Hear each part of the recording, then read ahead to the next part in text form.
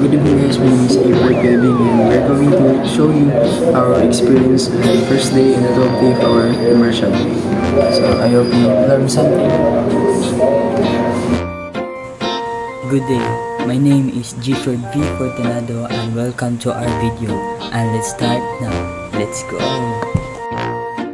Bago magsimula ang immersion, hinanda namin lahat ng aming kailangan para pumunta na sa aming destination. Bago kami pumunta, nagdasal muna ako para safe kami sa aming pupuntahan. Nag-obserba kami ng maigi at pagkatapos namin mag-obserba, ginawa na namin lahat at ginamit namin ang kanilang mga tinuro sa amin dahil ayaw namin maging pabigat sa kanila.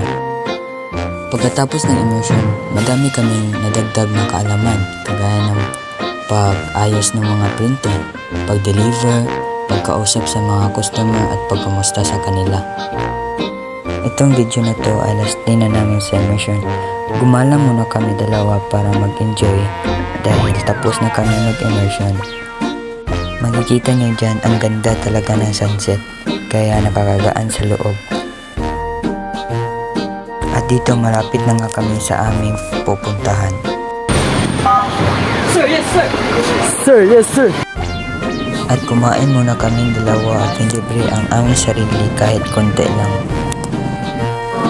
Hello guys, so thank you for watching at sana meron kayong natutunan. And God bless. Stay safe everyone. Mabuting araw sa inyo. Salamat talaga sa panonood ng aming video at sana mabuti ang iyong araw. God bless.